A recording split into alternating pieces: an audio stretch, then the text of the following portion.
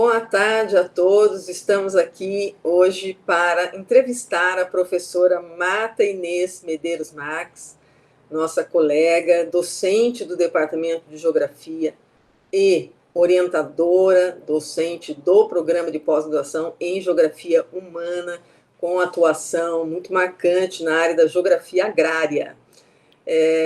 Professora Marta, muito boa tarde. Boa tarde, Rita. Boa tarde também a Elisa, nossa aluna do PPGH, que está aqui nos auxiliando nesta gravação. Muito obrigada, Elisa. Uma boa tarde para você também. Bom, essa entrevista ela faz parte, né, do contexto da celebração dos 50 anos de institucionalização, né, do programa de pós-graduação em Geografia Humana da Faculdade de Filosofia, Letras e Ciências Humanas da USP. E a nossa pergunta a você, Marta, na verdade não é uma pergunta, é um pedido, uma solicitação, para que você fale um pouco, né, sobre a sua experiência como pesquisadora, como professora e como orientadora no PPGH. Você pode considerar na sua fala, né, a sua chegada, a sua entrada no programa, né, a sua participação em eventos, organização de eventos, né, a orientação de alunos de mestrado e doutorado. Então, fique à vontade para falar um pouco sobre a sua trajetória no programa e a palavra é sua. Muito obrigada mais uma vez. Obrigada a vocês aí pelo convite, pela oportunidade de estar aqui hoje para conversar sobre isso. Bom, acho que o nosso trabalho na academia é alguma coisa que nos envolve profundamente, né? A história de vida da gente se mistura e se confunde. E num curso de pós-graduação como esse de Geografia Humana, não seria diferente, né? Pelo contrário, por tudo que ele representa, né? Mas eu não consigo muito separar o meu envolvimento com o PPGH e a minha história na USP. Eu acho que ele se mistura muito, porque, na verdade, antes de virar professora do PPGH, né, docente do PPGH, eu fui aluna do programa, né? Então, acho que tem uma coisa, assim, de uma trajetória de vida mesmo que vai se formando, né, se constituindo, se misturando, e acho que tem alguns pontos que eu poderia dar destaque, que, por exemplo, o fato de eu ter procurado o programa, primeiro como aluna,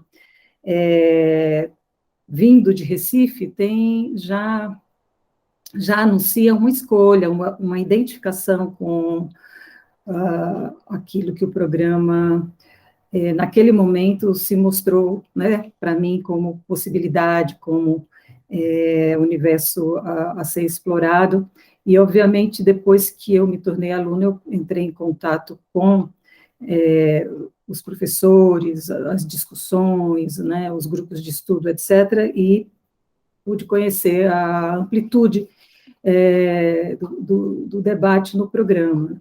E não só no programa, mas na Faculdade de Filosofia, onde ele está, né, inserido, na Universidade de São Paulo, nas tradições críticas que fazem parte da história dessa faculdade, e o fato desse programa, tanto na época que eu fui estudante, como depois, né, ter como um dos princípios, né, a liberdade acadêmica, né, que está posta de várias maneiras, mas desde a definição de, por exemplo, não ter uma disciplina obrigatória para o curso, né, que o aluno deva cumprir, desde isso até na relação com o orientador, na forma como esse ambiente de vivência, de formação é constituído, né, a liberdade ela se põe em vários momentos, né, então isso permite que cada um de nós façamos as nossas escolhas e façamos a construção, né, de uma formação, de um olhar, de um caminho, e a academia não não existe sem essa liberdade, né? Toda vez que essa liberdade é tolhida, constrangida, a gente empobrece e muitas vezes pode levar a um certo debilitamento do pensamento, né?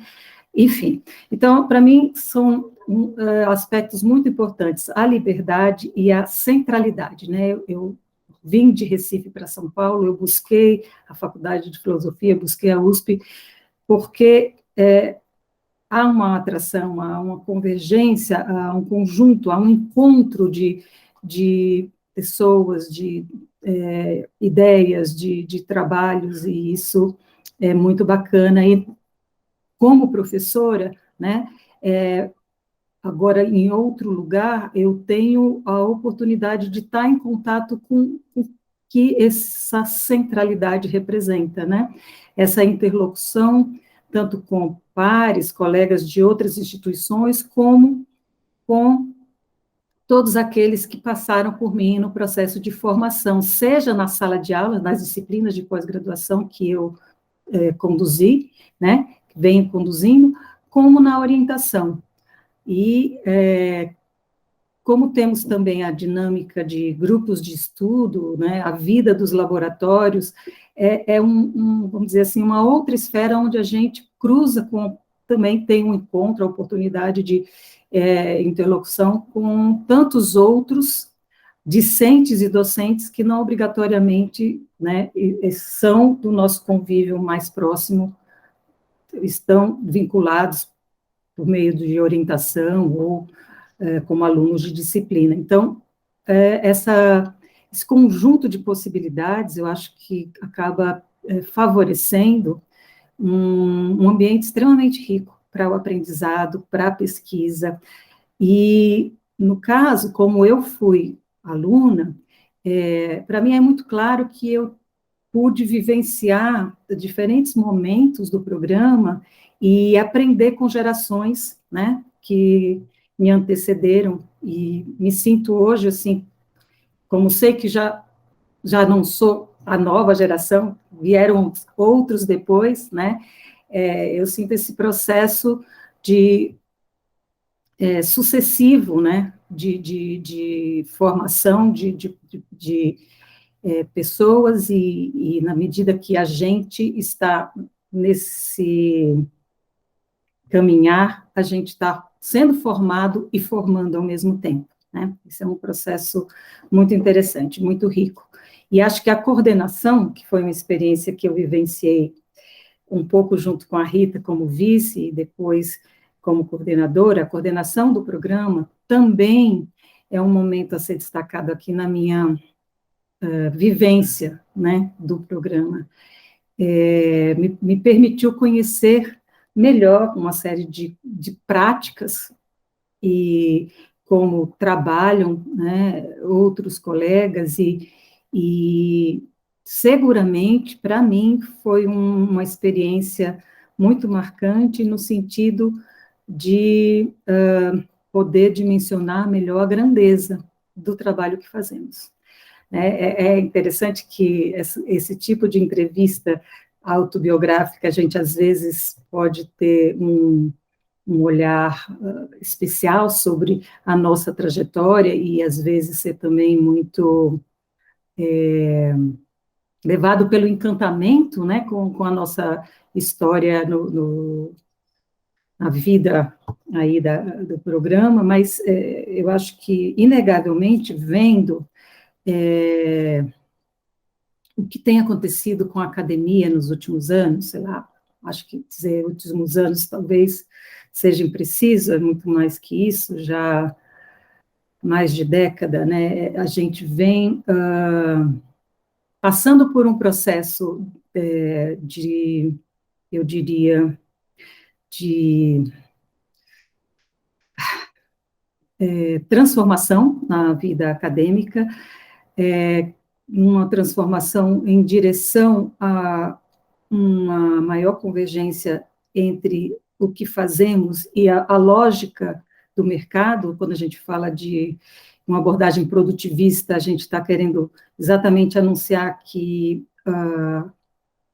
a academia tem sido tratada, assim como outros ambientes, como um lugar onde se pode oferecer produtos para a sociedade, né? E aí, esse processo é um processo de muita pressão e desvirtuamento daquilo que fazemos, porque o processo de formação é um processo continuado, né? A minha experiência por dentro do programa tem sido assim, e este programa me parece um lugar de resistência em relação a essa abordagem.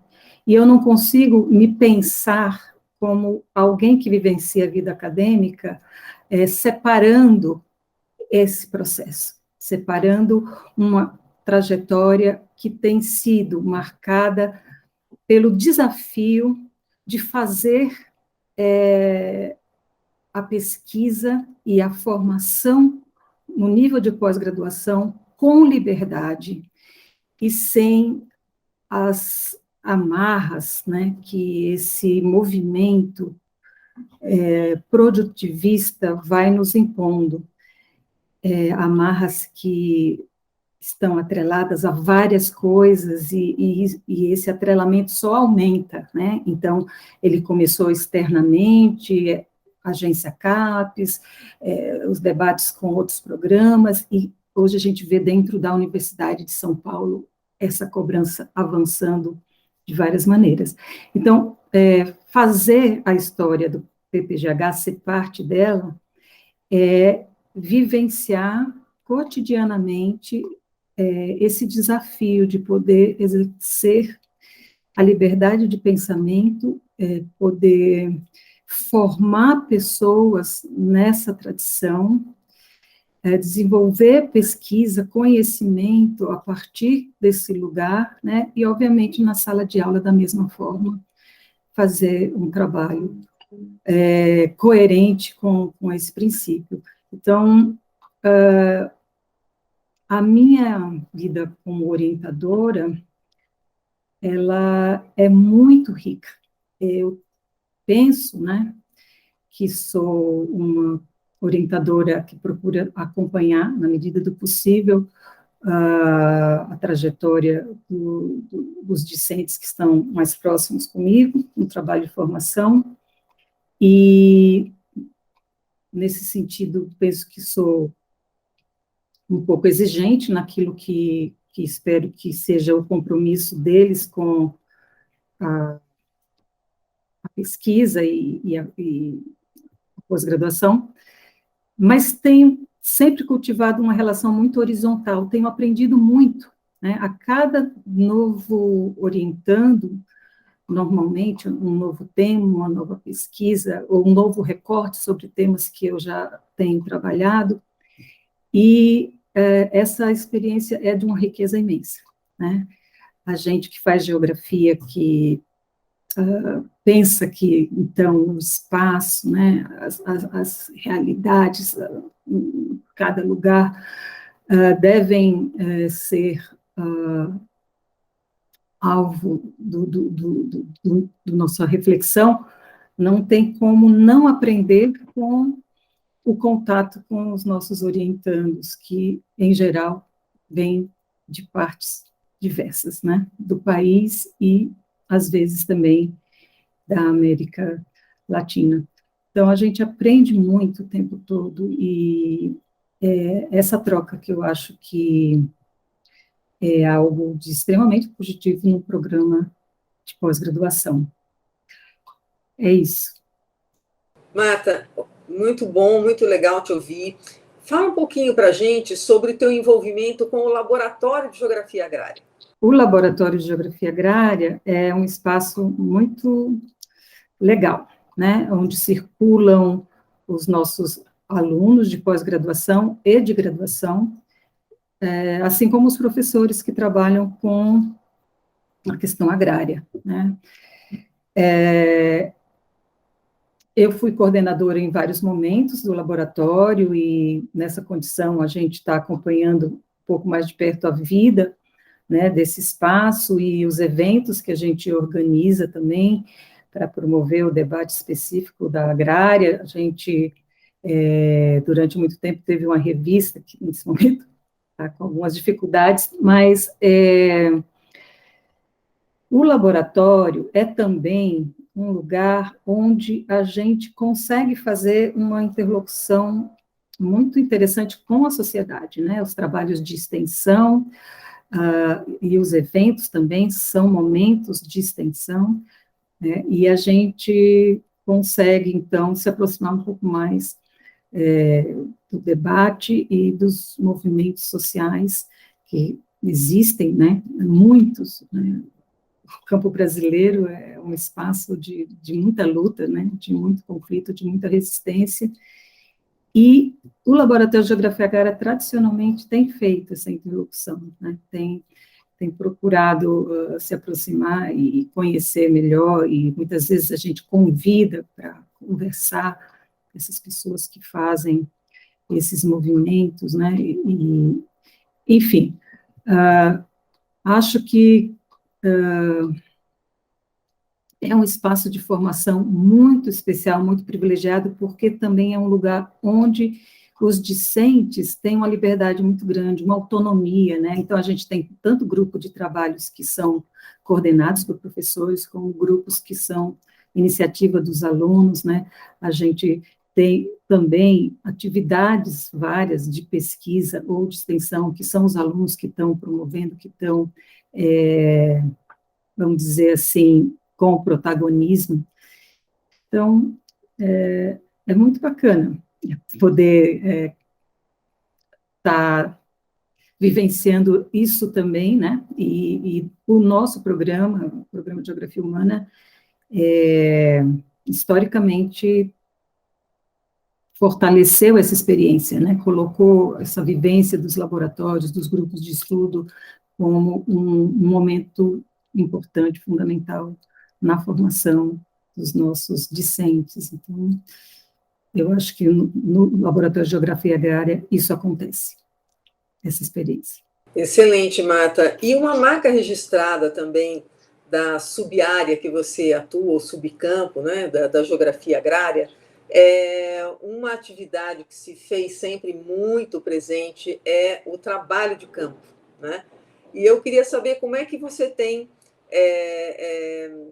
usado, utilizado, né, dos métodos, das técnicas de trabalho de campo também na pós-graduação.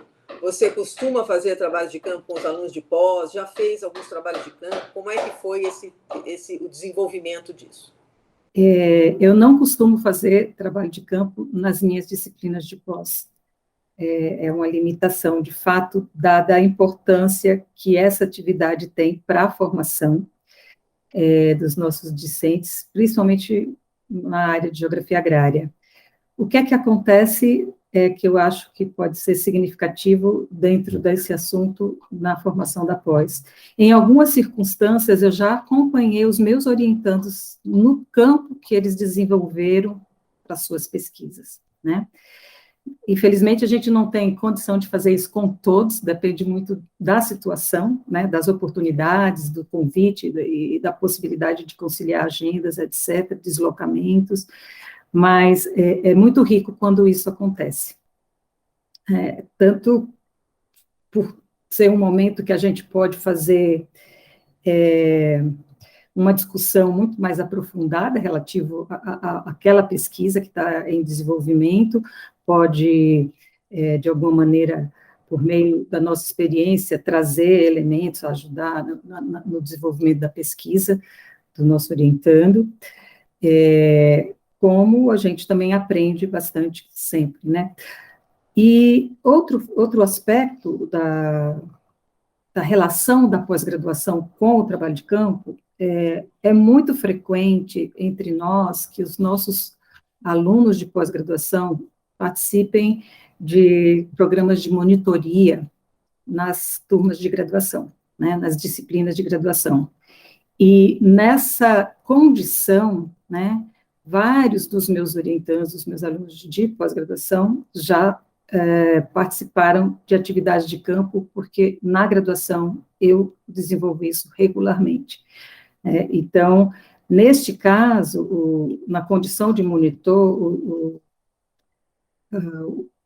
o aluno, ele participa de todo o planejamento, muitas vezes a gente faz pré-campo, visitas, contatos, né, toda a organização e toda a reflexão de o porquê daquela atividade, né, da proposta, a relação disso com o desenvolvimento da disciplina.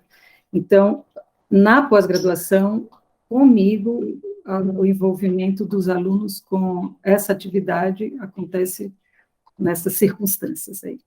Muito bem, Marta. E conta também um pouco para a gente quais seriam hoje os maiores ou os principais desafios que você vê, né, para se fazer pesquisa na pós-graduação, tanto para nós, professores, como para os estudantes. São muitos, né? É difícil até falar. Mas eu vou eleger aqui dois principais. Um deles de ordem prática e que tem relação com o produtivismo que eu tinha já mencionado, que todos nós estamos sob uma pressão imensa de uma demanda de muitos trabalhos, né?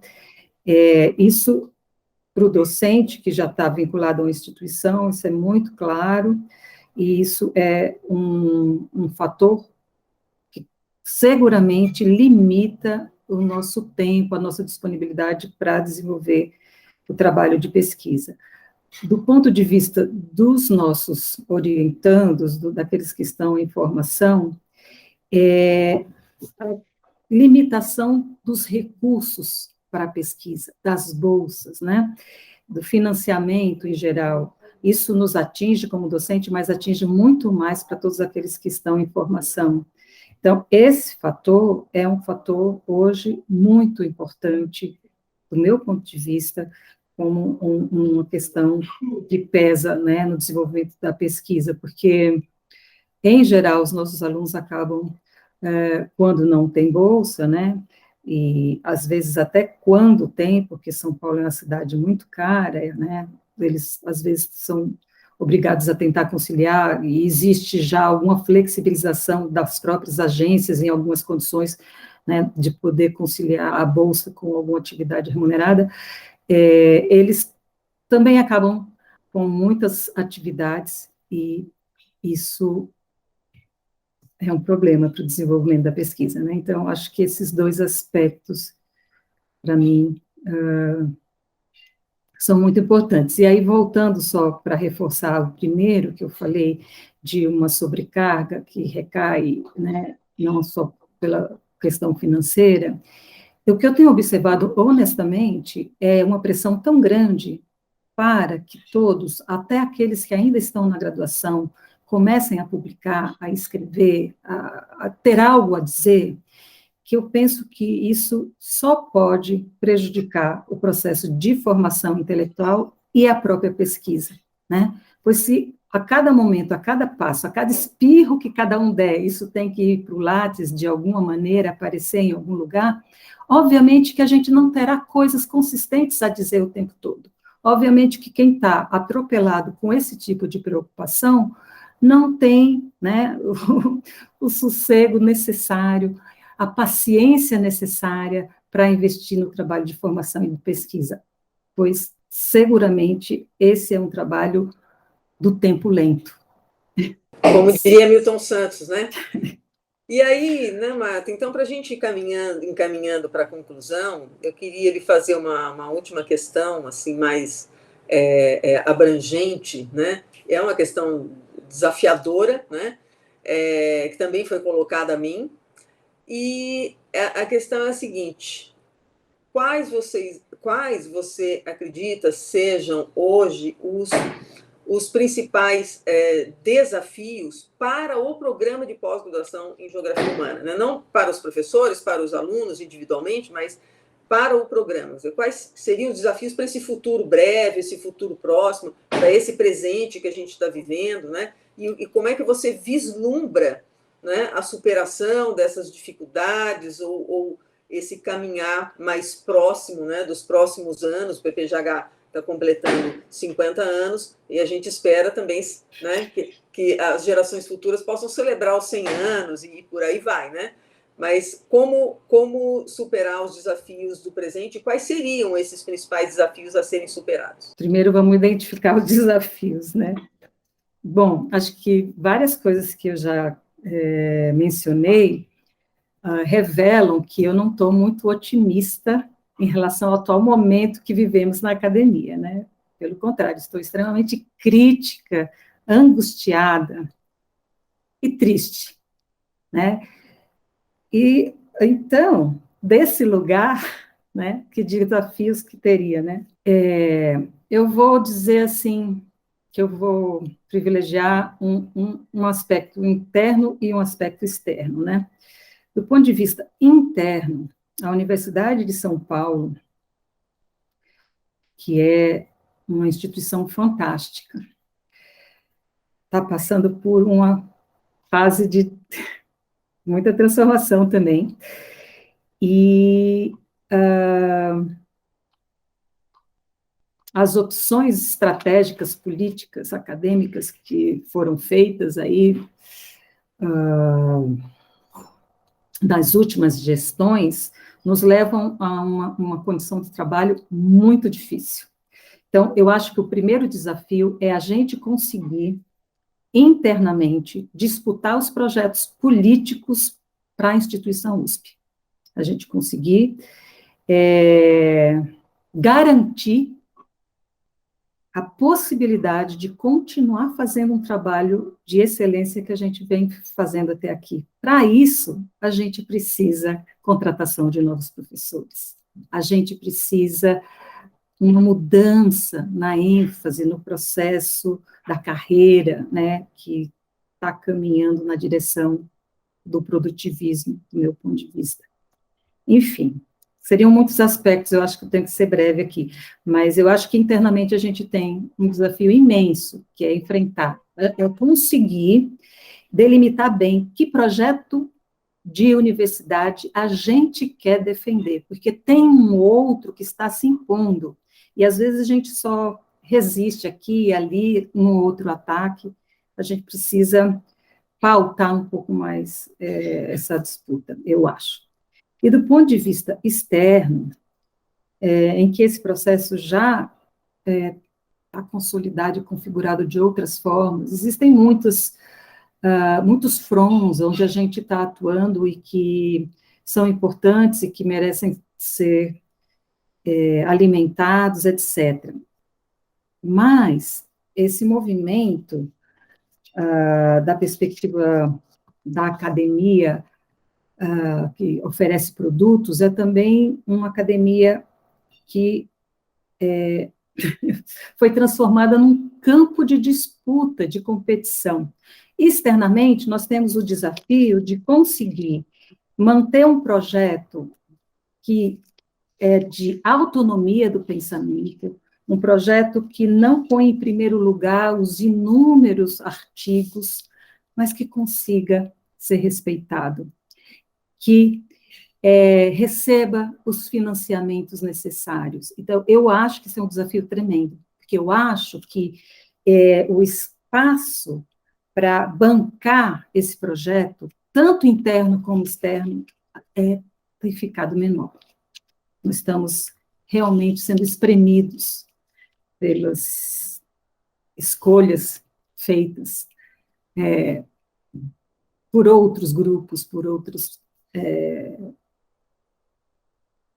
que têm o poder de decidir. A gente precisa disputar isso, continuar disputando, nós já fazemos, mas são desafios que só aumentam.